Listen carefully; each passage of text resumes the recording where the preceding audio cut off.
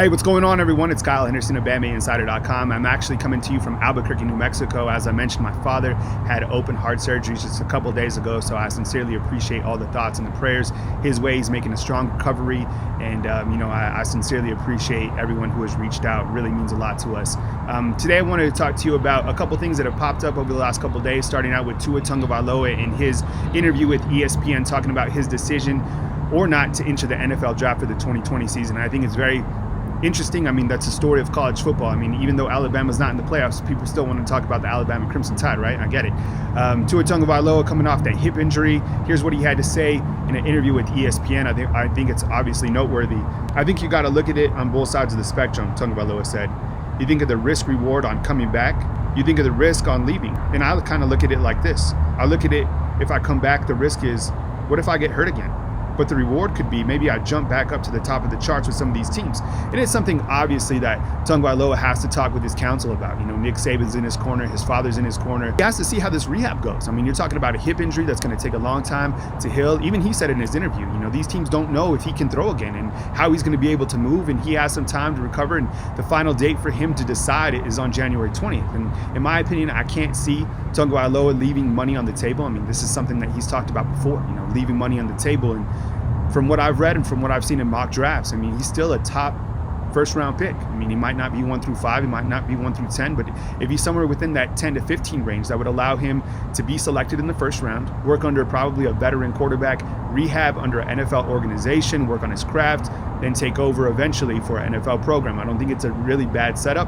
On the flip side, if he does come back, could you imagine what that means for the Alabama Crimson Tide? Could you imagine what that means for the world of college football? Yeah, you're probably going to have plenty of wide receivers that are taking off to the NFL draft, Jerry Jeudy, Henry Ruggs, Devontae Smith.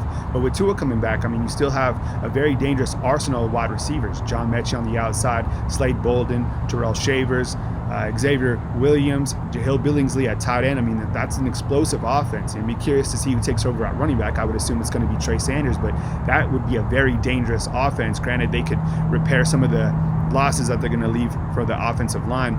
I think overall, it's it'll be something that we can track going forward. It's obviously the story of college football, right?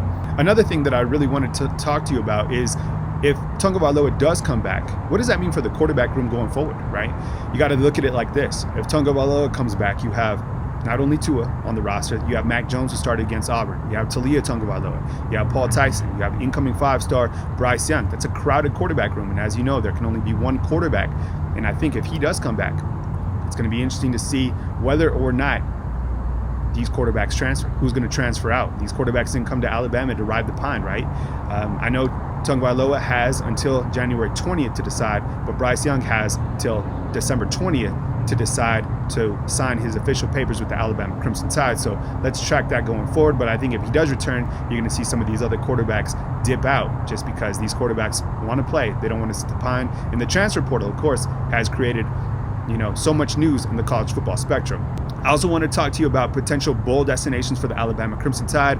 I think the Sugar Bowl is probably a lofty goal for Alabama fans. I think the Cotton Bowl is something that could potentially happen as well. I think what's more realistic is probably the Citrus Bowl. Who's Alabama going to take on? I mean, there's still a lot of parts that are still moving because you have the SEC Championship, you have the Big Ten Championship, Big 12 Championship that are taking place this weekend. So the bowls will be determined this coming Sunday, so we'll keep you posted at BamaInsider.com. 2 5-stars have jumped on board for the Alabama Crimson Tide, Demoy Kennedy out of the home state of Alabama, and then Bryce Young out of Mater Dei out in California. Big pickups for the Alabama Crimson Tide. Of course, they got to ink them, but what does it mean for the 2020 class? I think you got Chris Boswell on the defensive side, Demoy Kennedy on the defensive side, and then you got Bryce Young, who's a quarterback. That's big news for Nick Saban going forward. A lot of people trying to write off Nick Saban, which is completely ridiculous. But when you got this recruiting class coming in, there's still hope, and then you got plenty of talent coming back. I mean, you know how many freshmen started for Alabama this past season. I mean, 5, 6 guys rotating on the defensive side for Alabama. So don't write off the Alabama Crimson Tide just yet.